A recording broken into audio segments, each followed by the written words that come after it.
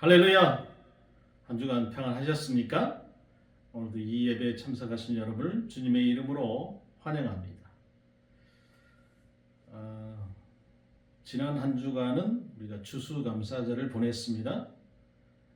오늘은 마지막 11월 마지막 주일인데요. 이제 한 달밖에 남지 않았습니다. 이 1년도. 어쩜 이렇게 시간이 빨리 가는지 모르겠습니다. 추수감사절을 통해서 하나님께서 주신 그 은혜를 다시 한번 생각해보고 또 그 이후에 있을 그 축복도 우리가 한번 생각해보는 귀한 절기를 보냈습니다. 그렇지만 여전히 우리 삶이 힘들고 어려운 가운데 있습니다. 그렇다고 해서 우리가 주저앉아서 포기하고 또 눈물 흘릴 만은 아닌 것이죠. 그래서 우리는 어떻게 해야 되느냐? 늘 깨어 있어야 되겠죠. 주님께서 오실 날을 기대하면서 깨어 있는 삶을 살아야 되겠습니다. 자, 그래서 오늘 마가복음 13장 21절에서 37절의 말씀으로 깨어 준비하는 삶이란 제목으로 여러분과 은혜를 나누고자 합니다.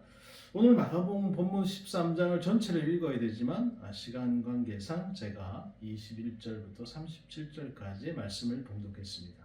나머지 절은 여러분들께서 한번 읽어보시면 좋겠습니다. 계속해서 이제 우리 학생들이 이제 대입 수능을 마치고요, 또 이제 논술 시험을 진행을 하고 있습니다. 그래서 재영이도 오늘 이제 논술 시험을 지금 치르고 있을 것입니다. 여러분들께서 기도 많이 해주시면 감사하겠습니다. 제가 그 인공지능 선생님에게 한번 물어봤어요. 우리 수능을 잘 보려면 어떻게 준비해야 될까? 그러니까 우리 챗 GPT 선생께서 다음과 같이 3가지의 지침을 알려주시는데, 그 첫 번째는 계획대로 부지런하게 시간을 지배하라. 맞는 말이죠. 계획대로 부지런하게 시간을 지키고 공부를 하는 것. 두 번째는 기출 문제 분석은 필수 반복 학습이 정답이다. 참 똑똑해요. 세 번째는 체력과 멘탈도 실력이다. 건강이 곧 성적. 이거였어요. 생각보다 인공지능이 답을 잘 칩니다. 자, 오늘 본문에서 예수님은 이 세상 종말의 날이 올 것을 말씀하고 있어요. 우리가 무슨 시험에 준비에 있어서든 철저한 계획과 꾸준한 학습이 중요하듯이 예수님께서 종말 때에 대해 주신 그 지침 또한 깨어서 준비하는 삶이라고 하는 것입니다. 오늘 본문에서 우리는 예수님이 우리가 깨어 있어야 하는 그 이유 또 그 방법에 대해서 3가지로 말씀해 주시고 있는데요. 자, 그 첫 번째는 무엇이냐? 바로 겉모습이 아니고 진정한 영적 현실을 봐야 한다고 하는 것입니다. 1절에 보니까 예수님께서 이제 성전에 나가실 때 제자 중 하나가 이르되 선생님이 보소서 이 돌들이 어떠하며 이 건물들이 어떠하나이까 이렇게 물어봐요. 이 당시에 성전 완공에 이르기까지 무려 84년이나 소요가 되었습니다. 지금도 스페인에 가면 그 유명한 그 대성당 있잖아요. 성전 100 몇 년 동안 짓고 있죠. 이것도 84년이나 됐어요. 예루살렘 전체 면적의 6분의 1이나 차지할 정도로 거대하고 웅장한 건물이었어요. 하얀 대리석으로 기둥과 벽이 세워지고요. 천정과 문은 기부받은 그 막대한 양의 금으로 입혔습니다. 여기에 햇빛이 반사가 되면 눈이 부셔서 쳐다보기조차 힘들 그런 정도였어요. 사진에 지금 보시는 이 정도의 성전. 자, 제자들은 이 성전의 위용에 놀라며 감탄사를 연발합니다. 이야, 기가 막히다. 예수님 죽이지 않습니까? 뭐 이러지는 않았겠죠. 멋있지 않습니까? 뭐 난리를 쳤겠죠. 그런데 예수님은 제자들의 이런 들뜬 분위기에 찬물을 끼얹으신 거예요. 예수께서 이르시되 내가 이 금물들을 보느냐 돌 하나라 돌에 남지 않고 다 무너뜨리리라 하시라. 예수님은 이 성전의 수많은 돌 중 하나도 돌 위에 남지 않고 다 무너뜨려질 것이다 라는 충격적인 예언을 하시는데, 예수님이 이런 일이 일어날 수밖에 없다고 보시는 이유가 무엇입니까? 그것은 바로 성전 내부의 부패와 타락 때문이죠. 성전을 중심으로 우리가 지지난주 말씀에 나왔던 그 사두개인들의 그 기득권 세력을 형성하고 있다는 사실을 우리는 알고 있습니다. 그들은 오직 현실의 부와 권력을 얻게만 혈안이 되어 있었어요. 성전을 비즈니스 모델로 이용하는 종교 자영업자들이에요. 이처럼 성전의 겉모습은 크고 화려하지만 안으로는 썩을 대로 썩어서 악취를 풍기고 있었다는 겁니다. 예수님이 이런 성전에 하나님의 심판이 있을 수밖에 없음을 보고 계시는 거죠. 유럽에는 여러분 엄청난 크기와 높이를 자랑하는 수많은 오래된 교회들이 있습니다. 그런데 이제는 많은 곳이 관광지로 전락했어요. 또 술집으로 개조되는 그런 교회도 있습니다. 얼마나 참담한 일입니까? 이 어쩌다 이렇게 되었습니까? 신앙을 잃고 복음을 잃었기 때문이죠. 한국도 얼마든지 그 전철을 뒤따라갈 수 있습니다. 전 세계에서 가장 큰 교회 50개 교회 중에 한국에는 몇 개의 교회가 있을까요? 몇 개쯤 있겠습니까? 미국 크리스천 월드지 발표에 따르면 무려 23개가 한국에 있다는 겁니다. 대망의 1위는 당연히 여러분 한국에 있습니다. 저도 그 교회 출신입니다. 그러나 이런 사실이 여러분 우리가 마냥 감탄하고 자부심을 가질 게 아니에요. 과연 한국 교회는 그 화려함과 명성에 걸맞는 영성을 가지고 있냐라는 겁니다. 혹시 그 안에 참된 예수님의 그 제자보다는 현대판 사두개인과 바리새인들이 더 많은 것은 아닌지, 진리의 복음보다는 값싼 위로와 평안을 추구하는 사람이 대다수인 것은 아닌지, 만약 정말 그렇다면 예수님 말씀대로 돌 위에 돌 하나도 남지 않고 무너짐을 피할 수 없을 것입니다. 더 늦기 전에 한국 교회도 이 외형적인 화려함이 아니라 진정한 영적 본질을 회복하기 위해서 영적 결단을 내려야 됩니다. 바로 우리부터 말씀 앞에 철저히 회개하고 우리 자신을 개혁해 나갈 수 있기를 간절히 기도합니다. 자, 두 번째는 시험과 환난에 대해 조심하고 끝까지 견뎌내라 라고 하는 것입니다.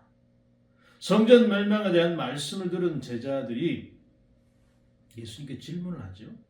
우리에게 이르소서 어느 때에 이런 일이 있겠사오며 이 모든 일이 이루어지리 할 때 무슨 징조가 있겠습니까?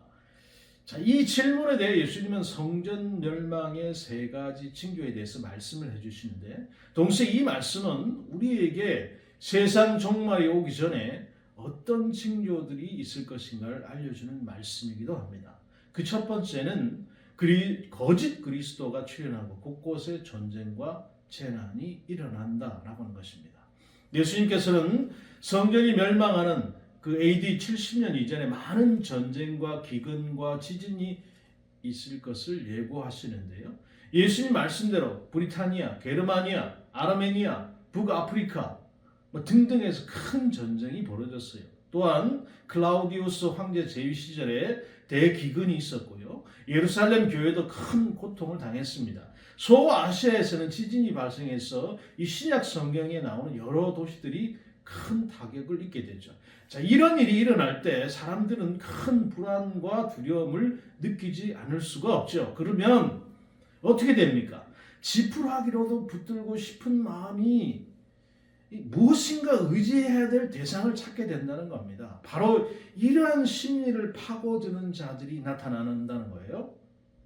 그들이 누구죠? 바로 거짓 그리스도인들입니다. 예수님의 말씀대로 이 당시에 드다라고 하는 AD 40년 중반에 이 드다 역사가 요세푸스의 기록에 이렇게 얘기를 했어요. 쿠스피어스 파도스가 유대의 총독으로 재임하는 동안에 드다라는 이름의 어떤 사기꾼이 다수의 백성들을 설득하여 그들에게 영향을 주고 요단강에 그를 따라가도록 했다. 이는 그가 사람들의 자신이 선지자라고 말했고 그가 자신의 명령으로 강을 갈라지게 하여 사람들이 쉽게 강을 건너게 할 수 있다고 하였기 때문이다. 많은 사람들이 그의 말에 미혹되었고 그러나 파두스는 그가 허튼 시도를 진행시키도록 허용하지 않았고 그들에 대항하여 기마군대를 파병하였다. 예상치 못하게 그들을 마주친 후에 수많은 사람들을 도륙하였고 수많은 사람들을 생포하였다. 군대는 드다도 생포하여 참수하고 그 머리를 예루살렘으로 가져왔다. 결국 죽었죠. 두 번째 사람은 누구냐? 대제사장 아나니아를 살해한 무나헴이라는 사람입니다. 갈릴리 농부의 셋째 아들이고요. 열심당원이었으며 무나헴은 예루살렘 점령 후에 채무 면제 운동을 펼쳤습니다. 쥐가 뭐라고? 채무를 다 면제해 준다는 거예요. 그러면서 대제사장 아나니아를 죽여버렸어요. 여러분 성경에 예수님과 같이 한 사람들 중에 열심당원들이 많습니다. 가롯 유다가 대표적인 사람이죠. 아주 이 사람들은 과격합니다. 성격이 급하고요. 세 번째는 시몬 바 기오라라고 하는 사람인데 이 사람 역시 이 성전이 예루살렘이 함락된 이후에 노예 해방 운동을 펼친 사람이에요. 자, 이런 사람들의 대부분의 공통점이 뭐냐? 자기가 메시아다라는 겁니다. 자기가 구세주라는 거예요. 금방이라도 세상 종말이 올 것처럼 겁을 주고 사람들을 현혹하는 이런 자들에게 결코 속아 넘어가서는 안 되겠죠. 왜냐하면 이것은 시작에 불과하고요. 아직 끝이 아니기 때문이죠. 오늘날에도 곳곳에 이 전쟁과 재난의 소식이 들립니다. 우크라이나와 러시아는 2년 넘게 전쟁을 하고 있고요. 이스라엘과 하마스 사이의 전쟁은 중동 전역을 확전될 위기 가운데 있어요. 또 중국은 대만을 어떻게 하면 함락시킬까? 호시탄탐 노리고 있잖아요. 우리나라는 어떻습니까? 여전히 남북 대치 상황에 처해 있어요. 주변 강대국들에게 그 긴장 관계가 지속되고 있어요. 지진, 기근도 계속되고 있습니다. 요즘에 일본은 100년 만에 대지진이 일어날지 모른다라고 하는 이 정부의 경고에 바짝 긴장을 하고 있죠. 우리나라 또한 뭐 지진의 안전지대라고 생각하고 있지만 그것도 아닙니다. 또한 전 세계적으로 이상기후로 인해서 농수산물 작황이 비상이 걸리죠. 뭐 유럽이니 뭐 각 전 세계에 이 자연재해로 인해서 수많은 피해를 입습니다. 최근에 뭐 저는 안 좋아합니다만 이 스페인산 올리브 생산이 급감해서 가격이 폭등해서 파스타 집들이 뭐 다 망하게 생겼다. 난리가 났잖아요. 자, 여러분 이런 소식을 우리가 자꾸 듣고 있으면 불안하죠. 두려워요. 자, 그 심리를 파고드는 것이 무엇입니까? 바로 이 이단 사입이에요. 현재 대한민국에는 약 50명의 재림 예수가 있다고 합니다. 그 중에 대표적인 인물이 바로 이 신천지 이만희입니다. 이 사람 계시록을 자기 입맛대로 가르치면서 때가 임박했으니까 어서 구원을 받아야 된다. 그러니까 14만 4천 명 안에 여러분들이 들어와야 된다라고 하는 거예요. 그런데 어떡하죠? 이미 등록 교인 17만 명이 넘었다는 겁니다. 그러니 뒤에 온 수만 명은 어떻게 해요? 잘리게 생겼어요. 여러분 이게 말이 됩니까? 지가 뭐라고요?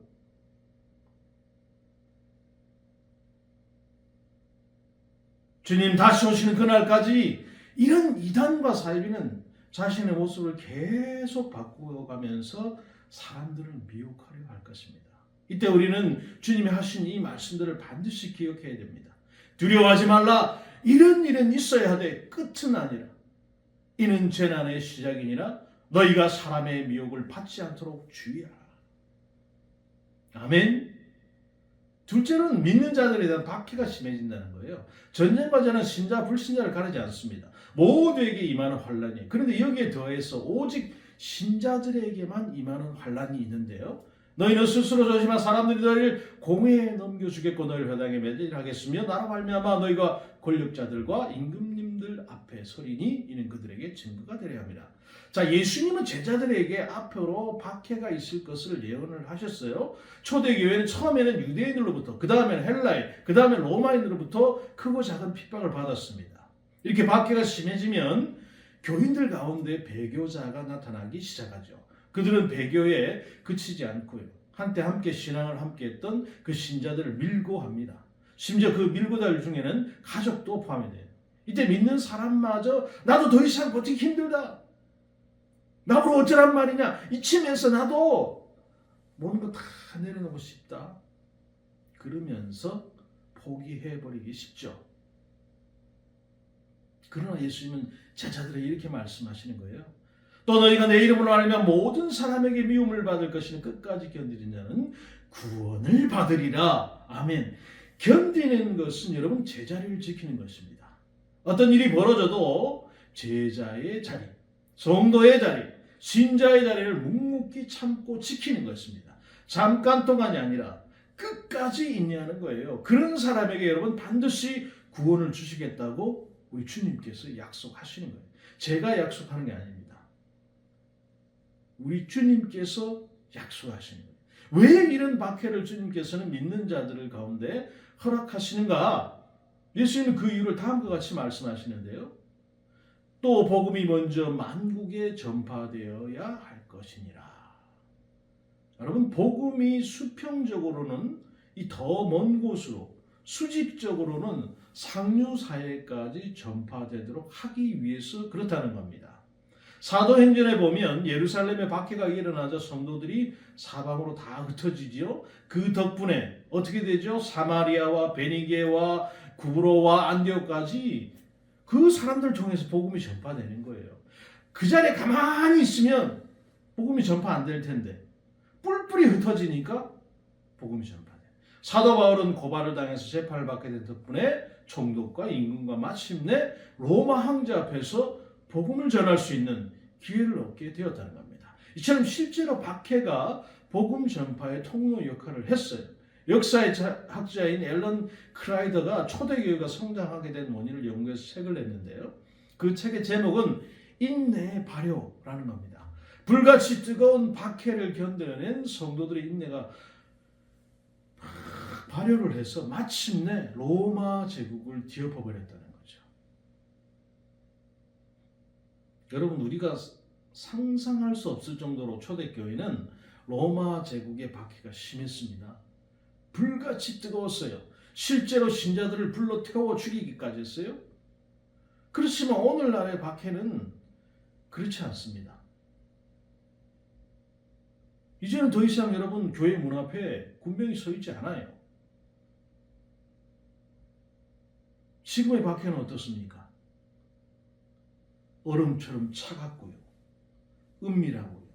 교묘하게 다가옵니다. 사회적 압력, 세속적 가치관의 침투, 그리고 신앙을 조롱하는 그 문화, 우리가 그 가운데서 차가운 박해를 경험하고 있는 것입니다. 이번에 여러분 우리가 밖에 나가서 그 집회했던 내용도 마찬가지지 않습니까? 직장에서 신앙을 드러내기 힘들고요. 기독교적 가르침은 비과학적이고 비합리적이라고 치부되면서 조롱받기도 합니다. 또한 개인주의와 상대주의의 물결은 신앙의 절대성을 무너뜨리려 하고요. 편리와 쾌락을 강조하는 이 세상 문화는 그리스도인들이 신앙을 타협하도록 유도합니다. 세상에 순응하게 만들고요. 기도와 예배의 자리를 멀어지게 합니다. 뜨거운 박해가 몸을 태웠다면 차가운 박해는 여러분 마음과 영혼을 서서히 얼어붙게 합니다. 따라서 오늘날의 그리스도인들은 초대교회보다 더 은밀하고 더 교묘한 유혹과 싸워야 하는 것입니다. 이럴 때일수록 우리는 더욱 말씀과 기도로 무장하고 성령의 도우심을 구하고 그 성령의 역사가 우리 가운데 충만히 임하기를 간절히 기도해야 되겠습니다. 세 번째는 멸망이 임박할 무렵에 극심한 환란이 일어난다는 거예요. 거룩하신 하나님의 성전이 가증한 것으로 모독을 당하는 일을 보거든 성전의 멸망이 임박했음을 알고 유대에 있는 자들은 산으로 도망가라. 이렇게 예수님께서 말씀을 하셨어요. 실제로 여러분 어떻게 됩니까? AD 70년에 로마 이 디도 장군이 로마 황제의 초상과 이 독수리가 그려진 깃발을 성전에 갖다 꽂아서 성전을 더럽힙니다. 이때 예수님 말대로 펠라라는 이름의 산으로 도망쳤던 사람들은 다 목숨을 건졌어요. 그러나 그 성전에 의지해서 그 안에 피신했던 유대인들의 대부분은 그곳에서 모두 죽임을 당했습니다. 이때의 재앙이 얼마나 무서운지 임신을 했거나 아이에게 젖을 먹여야 하는 여인들은 큰 어려움을 겪었을 것이라고 경고하십니다. 또한 그날의 피난이 이 어려운 겨울에 일어나지 않도록 기도하라라고 하십니다. 하나님이 창조하신 때부터 지금까지 이런 환란이 없겠고 후회도 없을 것이라고 말씀하십니다. 그러나 하나님은 택하신 자들을 위해서 환란의 날을 감해 주신다고 하시는 것입니다. 이는 끔찍하고 참혹한 환란조차도 하나님의 계획과 통장에 있다는 것을 말해주는 거예요. 오늘날에 우리는 수많은 전문가, 석학, 미래학자들이 모여 급변하는 이 시대의 문제를 분석하고 해석하고 다양한 해결책을 제시하려는 모습들을 봅니다. 어떤 과학자들은 지구온난화로 인한 급격한 이 기후변화 때문에 인류가 앞으로 60년 안에 멸망하게 될 것이다 이렇게 예상을 해요. 또 어떤 사람은 인공지능의 엄청난 발달로 인해서 멀지 않은 시기에 인간이 인공지능의 노예로 전락하게 될 것이다. 그런 예언을 하기도 합니다.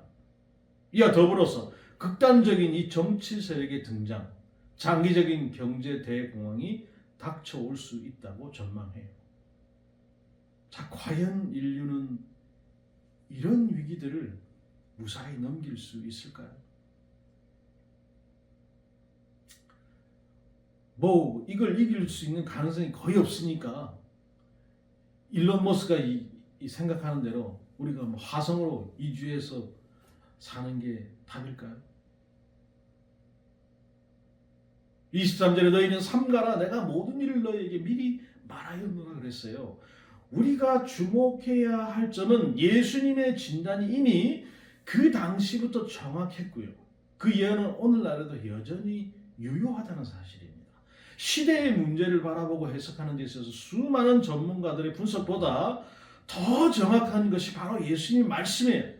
시대가 혼란스럽고 불확실할수록 우리는 사람의 분석이나 지식에 의지하기보다는 예수님의 말씀에 더 집중해야 하는 것입니다. 예수님 말씀 속에 진정한 해답이 있고요. 그분의 가르침 속에 우리가 나아가야 할 올바른 길이 있다는 겁니다. 세상은 혼란과 두려움으로 가득하지만 예수님 모든 일은 하나님의 계획 안에 있고 그분의 사랑이 우리를 끝까지 보호하실 것이다 라는 것을 약속하셨어요. 환난의 시기가 지나면 미혹되지 않고 올바른 길을 우리가 걸어가려면 우리는 오직 이 예수님 말씀에 귀를 기울여야 한다라고 하는 것입니다. 오늘 이 예배 참석하고 있는 모든 분들이 어떤 일이 닥치더라도 미혹되지 말고 올바른 길을 걸어가시는 여러분들이 다 되시기를 주님의 이름으로 축복합니다.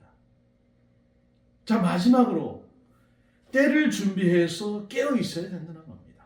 성전의 멸망은 이 세상의 종말에 대한 예고편과 같은 사건이었어요. 그러면 본편은 어떻게 되나? 그때에 그 환란 후 해가 어두워지며 달이 빛을 내지 아니하며 별들이 하늘에서 떨어지며 하늘에 있는 권능들이 흔들리리라. 그때 인자가 구름을 타고 큰 권능과 영광으로 것을 사람들이 보리라.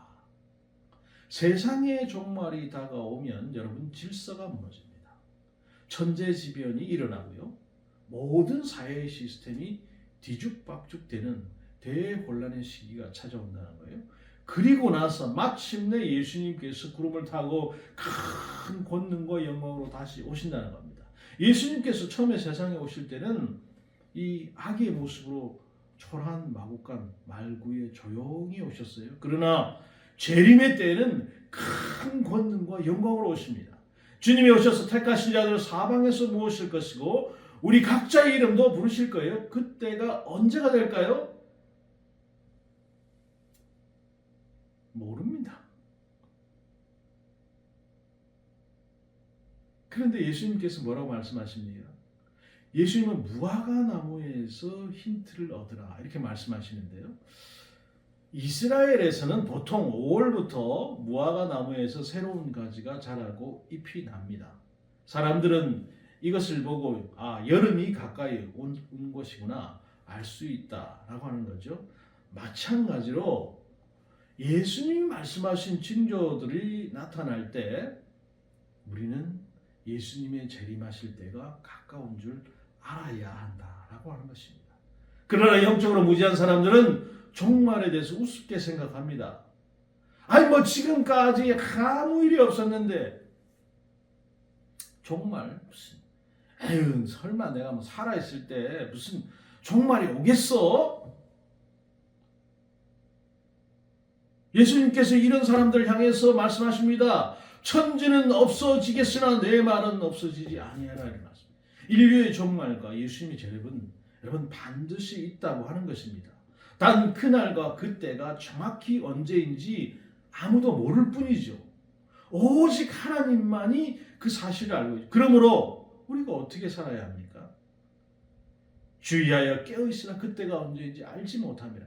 영적으로 풀어져서 죄의 잠에 빠져 있는데 주님이 오시면 얼마나 여러분 부끄럽겠습니까? 주님이 언제 오실지, 내가 언제 주님 앞에 설지 모르기 때문에 우리가 항상 깨어있어야 돼요.